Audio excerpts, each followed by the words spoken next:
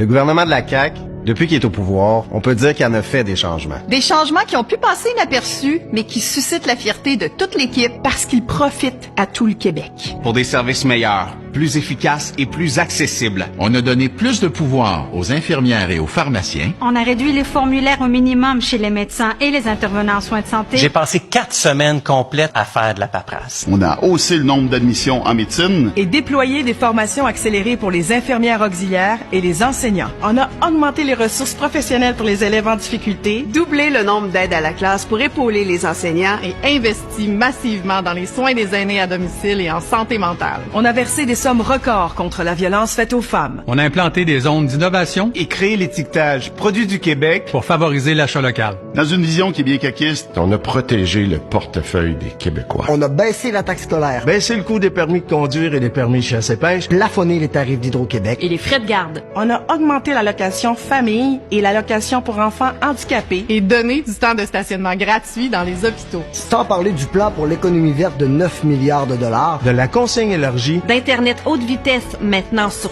tout le territoire du Québec. Et beaucoup d'autres changements que vous trouverez regroupés sur le site de la CAQ. Ah oui, par rapport au reste du Canada, les salaires ont augmenté plus vite. Et l'écart de richesse s'est estompé. Franchement, on peut pas dire qu'on s'est tourné les pouces. S'il y a un parti qui est en train de changer les choses, C'est bien nous autres.